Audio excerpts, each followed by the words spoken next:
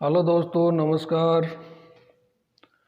आज अपन राजस्थान के जीके में अरावली पर्वतमाला के आगे के भागों के बारे में चर्चा करेंगे। जैसा कि दोस्तों आपको पता है, हमने अरावली पर्वतमाला की संरचना को अच्छी तरीके से समझा। फिर उसके उपभागों के बारे में हमारी चर्चा चल रही थी, जिसमें से हमने उत्तरी भाग को पढ़ा, फिर हमने मध्य भाग को पढ़ा और फिर हम दक्षिण भाग की ओर अध्ययन कर रहे हैं। तो जैसा कि दोस्तों इससे पहले वाला जो वीडियो था उसमें मैंने आपको बताया कि इस दक्षिणी भाग को आसानी से समझने के लिए हम क्या करते हैं कि इसको 4 भागों में बांटते हैं। जैसा कि मैंने इससे पहले वाले वीडियो में बांटा था और उसमें से उसके पहले भाग की मैंने चर्चा की थी, जिसमें मैंने मारवाड़ की पहाड़ियाँ या पर्वतों का नाम दिया था। तो आज दोस्तों हम इसे आगे बढ़ते हैं और इस दक्षिणी भाग के दूसरे उपभाग यानी आबू पर्वत के बारे में विस्तार से, सरलता से और आसानी से समझ में आने वाली चीज़ों को ध्यान में रखते हुए पढ़ेंगे, ताकि कभी आपको इसको दोबारा याद नहीं करना पड़े। तो दोस्तों चलो हम चलते हैं आबू पर्वत की ओर। तो ये दोस्तों राजस्थान का मानचित्र है, ठीक है। और इस मानचित्र में अगर हम देखें तो आबू पर्वत कहाँ है? यह आपका सिरोही जिला है, यह आपका सिरोही जिला है। और इस सिरोही जिले के अंदर जो अरावली पर्वतमाला की संरचना बनती है उसे हम आबू पर्वत के नाम से जानते हैं। अब आबू नाम इसको क्यों दे रहे हैं हम? क्योंकि आबू का जो मेन पर्वत है वो सिरोही के अंदर ही है। और सिरोही का आपने नाम सुना होगा दोस्तों कि सिरोही को अर्बुद प्रदेश के नाम से भी जानते थे। यानी प्राचीन काल में जब हम अलग अलग क्षेत्रों अलग अलग नामों से जानते थे तो उस समय सिरोही का जो आसपास का क्षेत्र है उसे अर्बुद प्रदेश के नाम से जानते थे। फिर आपको पता है 1405 में यहाँ पे शिवपुरी की स्थापना करी शिवबान ने। फिर उसके पुत्र ने इस शिवपुरी से थोड़ी सी आगे यानी 2-3 किलोमीटर आगे सिरोही की स्थापना की 1423 के लगभग। तो उसी सिरोही में वर्तमान में आपका ये अर्बुद प्रदेश आता है। और आपको पता है सिरोही की प्रमुख चीज़ क्या प्रसिद्ध है? तलवारें। यानी हमारे राजस्थान में अगर कभी तलवारों की बात आती है तो सिरोही को ज़रूर याद किया जाता है, ठीक है दोस्तों। तो उसी सिरोही में यह अर्बुद पर्वत स्थित है। अब इस अर्बुद प्रदेश को समझने के लिए हम लोगों को सिरोही का कुछ जो मानचित्र है वो हमारे दिमाग में हमेशा रहना चाहिए। और दोस्तों जैसा कि आपको पता है सिरोही का जो मानचित्र है वो कुछ इस प्रकार का बनता है, कुछ इस प्रकार का बनता है, जिसे हम सिरोही के नाम से जानते हैं। और इसमें 2-3 स्थान इसके वो आपके दिमाग में जैसे रेवदर ये इसकी तहसील है, पिंडवाड़ा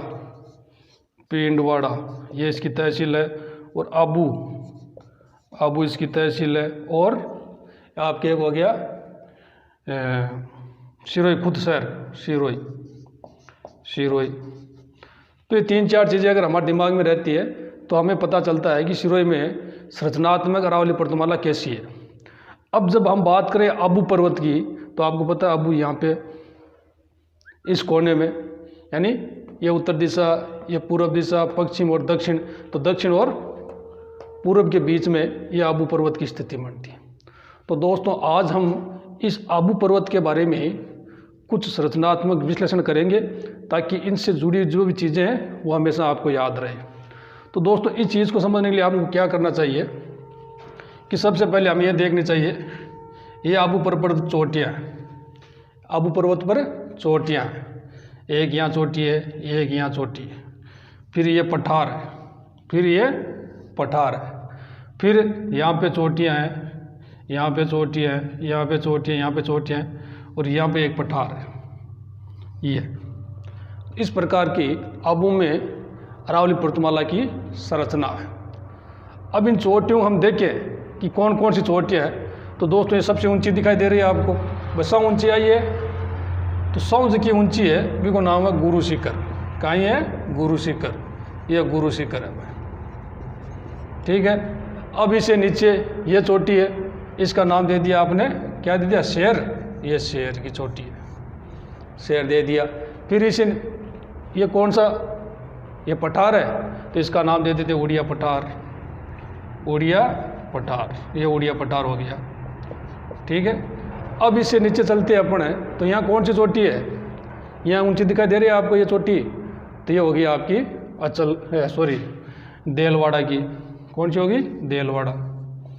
देलवाड़ा नाम सुना है देलवाड़ा का, जहाँ पे जैन धर्म के प्रसिद्ध मंदिर बने हुए हैं। गुजरात के शासक विमल सानेर वो बनाए थे, वो कलात्मक दृष्टि से काफ़ी प्रसिद्ध है। कर्नल जेम्स टोड ने कहा है कि राजस्थान में भारत में अगर ताजमहल से तुलना की जाए तो आपके देलवाड़ा के मंदिर से की जा सकती है। तो वो प्रसिद्ध देलवाड़ा के मंदिर यहीं पे सफ़ेद संगमरमर से बने हुए, तो यह भी देलवाड़ा की चोटी है। उसके बाद में हम देखें तो ये आपकी अचलगढ़ की, अचलगढ़ की चोटी। और इससे हम देखें तो ये चोटी है ऋषिकेश।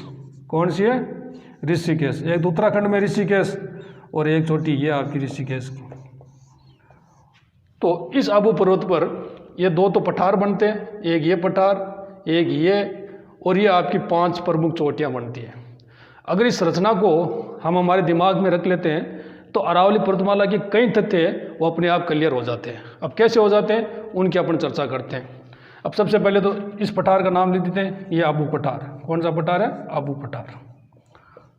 ठीक है दोस्तों, अब हमने और आपने सबने ये सुन रखा है कि अरावली पर्वतमाला की सर्वोच्च ऊंची चोटी कौन सी है, गुरु शिखर है। तो ये गुरु शिखर है। कितनी ऊंचाई है इसकी, 1722, तो ये 1722 मीटर समुद्र तल से। ठीक है, जो चोटियों की ऊंचाई नापी जाती है वो समुद्री तल से नापी जाती है। और भारत में समुद्री तल को तय किया जाता है चेन्नई वाले तट से। ठीक है, पहले स्वतंत्रता से पहले अलग जगह तय करते थे, लेकिन वर्तमान में चेन्नई के तट से होता है। तो गुरु शिखर की ऊंचाई बताइए 1722 मीटर। अब आप अगर इसको फुट में कन्वर्ट करो तो फुट में कर लेना 5650, यानी 5650 फुट ऊंचा है। अब गुरु शिखर की 2-3 विशेषताएं बनती है, उनको आप नॉर्मल वे में ध्यान में रख सकते हो। भाई सभी जगह सभी गाइडों में आपको लिखा हुआ मिलेगा, सभी जो चैनल चल रहे हैं यूट्यूब के उन पे भी आपको सुनने को मिलेगा कि गुरु शिखर पे दत्तात्रेय ऋषि का मंदिर बना हुआ है और वहाँ पे उनके पादुकल यानी उनकी चप्पलों की पूजा होती है। लेकिन दोस्तों मेरे को ये लगता है, ऐसा बताया भी जाता है कि रामानंद थे, वो रामानंद की चप्पलें हैं वहाँ पे, जो भक्ति आंदोलन के अग्रज थे ना रामानंद, उनकी चप्पलों की वहाँ पे पूजा होती है। अब वहाँ के स्थानीय लोग और कई लोग ये भी बताते हैं कि दत्तात्रेय ऋषि की चप्पलें हैं, तो हम ये मान के चलते हैं। ठीक है, उसके अलावा वहाँ पे एक ऐसा धुआं है जो अखंड ज्योति ज्वलित होती रहती है, उसमें कहते हैं दत्तात्रेय ऋषि से आज तक वो जलती आई है। उसके अलावा आपके वशिष्ठ मुनि का भी नाम आता है। ये आपकी चंद्र बरदाई की जो किताब है ना आपकी पृथ्वीराज रासोर, उनमें वो कहते हैं कि वशिष्ठ मुनि ने यहाँ पे यज्ञ किया था, उसमें से 4 क्षत्रिय जातियों का जन्म हुआ था, तो उनका भी यहाँ नाम जुड़ा हुआ है। कर्नल जेम्स टोड का भी यहाँ नाम जुड़ा हुआ है कि कर्नल जेम्स टोड ने गुरु शिखर को संतों का शिखर कहा है, तो वो भी हम ध्यान रखेंगे। और उसके पास में एक चोटी और छोटी सी, वहाँ पे दत्तात्रेय ऋषि की माता का मंदिर बताया जाता है, तो ये भी हम ध्यान में रखेंगे। तो ऐसी ये कुछ काल्पनिक बातें हैं जिनको हमें ध्यान में रखना चाहिए। और एक बात ये भी बताई जाती है कि उस मंदिर के बाहर एक घंटा लगा हुआ है और उस घंटे पे 1400 ईस्वी का लगभग एक लेख खुदा हुआ मिलता है, तो उससे हमारे राजस्थान की इतिहास की कई जानकारियाँ भी मिलती है, तो ऐसा भी बताया जाता है, तो उसको भी हम ध्यान में रखेंगे। तो ये हमारे गुरु शिखर की कुछ 2-3 विशेषताएं बनती है और ये राजस्थान की और अरावली पर्वतमाला का सर्वोच्च शिखर है। अब इसकी तुलना अगर भारत के स्तर पे करें हम, तो ऐसा बताया जाता है कि हिमालय पर्वतमाला की जो कंचनजंगा चोटी है भारत की, उससे लेकर नीलगिरी पर्वतमाला, उन दोनों के बीच में ये सर्वोच्च चोटी है, तो ये भी हम ध्यान में रख लेंगे। ये एक तथ्य है, इसको भी हम याद रखेंगे। अब उसे आगे चलते हैं, तो अरावली पर्वतमाला की दूसरी ऊंची चोटी है शेर। कौन सी है, शेर। यह भी यहीं पे आबू पर्वत पर, और इसकी ऊंचाई कितनी बताई जाती है, 1597 मीटर। तो चलो दोनों अरावली पर्वतमाला दोनों ऊंची चोटियाँ पास पास में है, इनके नाम याद रह जाएंगे, कोई दिक्कत नहीं है। और फिर आबू पर्वत की तीसरी ऊंची चोटी कौन सी बताई जाती है, ये देलवाड़ा की। कितनी है, 1442 मीटर, 1442 मीटर। ये आबू पर्वत की तीसरी ऊंची चोटी है। इसके अलावा हम देखें तो चौथी जो ऊंची चोटी बताई जाती है वो बताई जाती है अचलगढ़। कितनी है? 1380 मीटर, 1380 मीटर। तो ये भी याद रख लेंगे। उसके बाद में आती है ऋषिकेश, तो इसकी ऊंचाई कितनी बताई जाती है? 1017 मीटर। तो इन्हें पांचों चोटियों की अलग अलग ऊंचाई, अलग अलग इनकी संरचना, वो हमको अच्छी तरीके से याद रखनी है। ठीक है।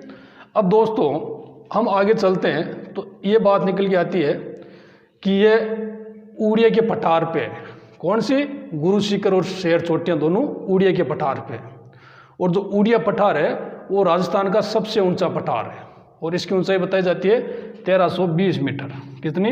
1320 मीटर। तो ये हम याद रखेंगे कि राजस्थान का सर्वोच्च ऊंचा पठार कौन सा है? ऊड़िया का पठार। और राजस्थान का दूसरा ऊंचा पठार कौन सा है? वो इससे नीचे है, कौन सा है? आबू पठार। और इसकी दूरी ऊंचाई बताई जाती है 1200 मीटर। तो 1200 मीटर। ठीक है दोस्तों। अब इसके अलावा भोराट पठार है एक। कौन सा पठार है? भोराट। बोराट ये। अब ये विशेषतया तो आपके सिरोही उदयपुर के अंदर है, लेकिन इसकी कुछ स्थिति है वो सिरोही में भी बनती है कि भोराट का पठार ऐसे चलता है, ऐसे ऐसे यहाँ से, यानी उदयपुर में भी है और डूंगरपुर में भी है। तो हम ये कह सकते हैं भोराट की कुछ स्थिति है वो सिरोही जिले में भी बनती है, आबू पर्वत के आसपास।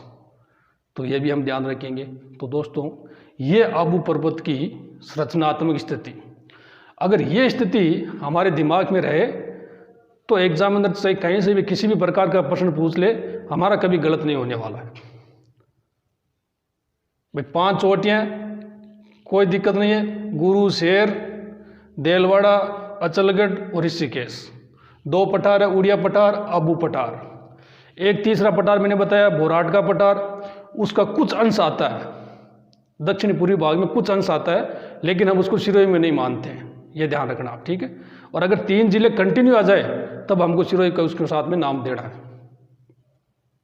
तो ये हमारे आबू पर्वत की स्थिति है जिसके बारे में आज हमने पढ़ा। तो दोस्तों कोई चीज़ अगर समझ में नहीं आई हो तो कमेंट करके मुझे ज़रूर बताना। अगर मेरा वीडियो आपको पढ़ाने का अंदाज़ और समझाने का अंदाज़ अगर आपको समझ में आता है तो मेरे वीडियो सब्सक्राइब करें, लाइक करें, शेयर करें। और कोई चीज़ इससे अलग और कोई विशेष कोई चीज़ पूछनी हो या किसी भी परीक्षा से संबंधित कोई जानकारी पूछनी हो तो आप मुझे कमेंट के माध्यम से ज़रूर बताना। ठीक है दोस्तों, नमस्कार, वंदे मातरम, राम राम।